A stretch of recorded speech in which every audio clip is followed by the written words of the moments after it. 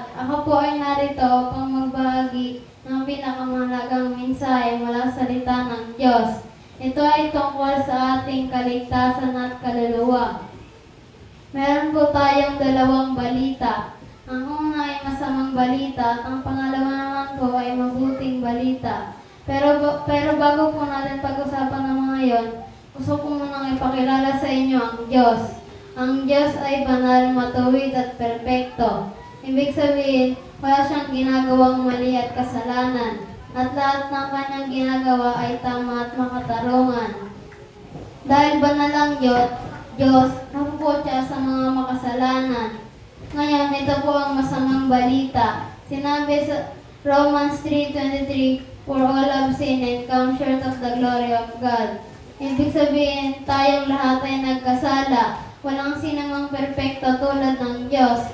Hindi natin kayang abutin ang kawalhatian ng Diyos. Sinabi sa Romans 6:23, "For the wages of sin is death."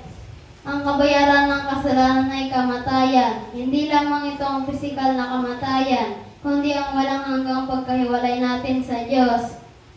Wala tayong kakayahang iligtas ang ating mga sarili, kahit gumawa man tayo ng mabait at marami tayong ginawang mabubuting gawa. Hindi nito mababayaran ang ating mga kasalanan. Pero salamat sa Diyos dahil may mabuting balita. Mahal na mahal tayo ng Diyos, kaya nagbigay siya ng regalo na buhay na walang hanggan sa pamamagitan ng Jesucristo. Si Jesucristo na ang nagbayad ng ating mga kasalanan. Sinabi sa 1 Corinthians 15:1-4, si Jesus ay namatay para bayaran ng ating mga kasalanan. Siya ay namatay, nilibing at pagkatapos ng ikatlong araw ay nabuhay muli.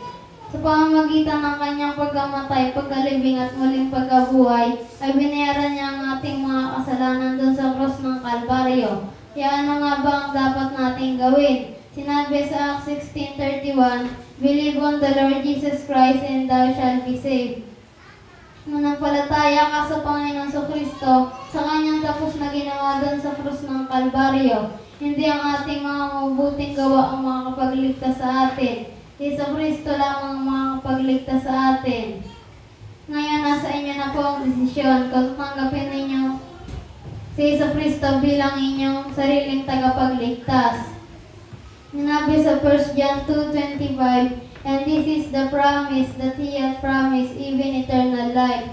Kung tunay kang nanampalataya sa Panginoong Kristo, ang kanyang pangako ay buhay na walang hanggan.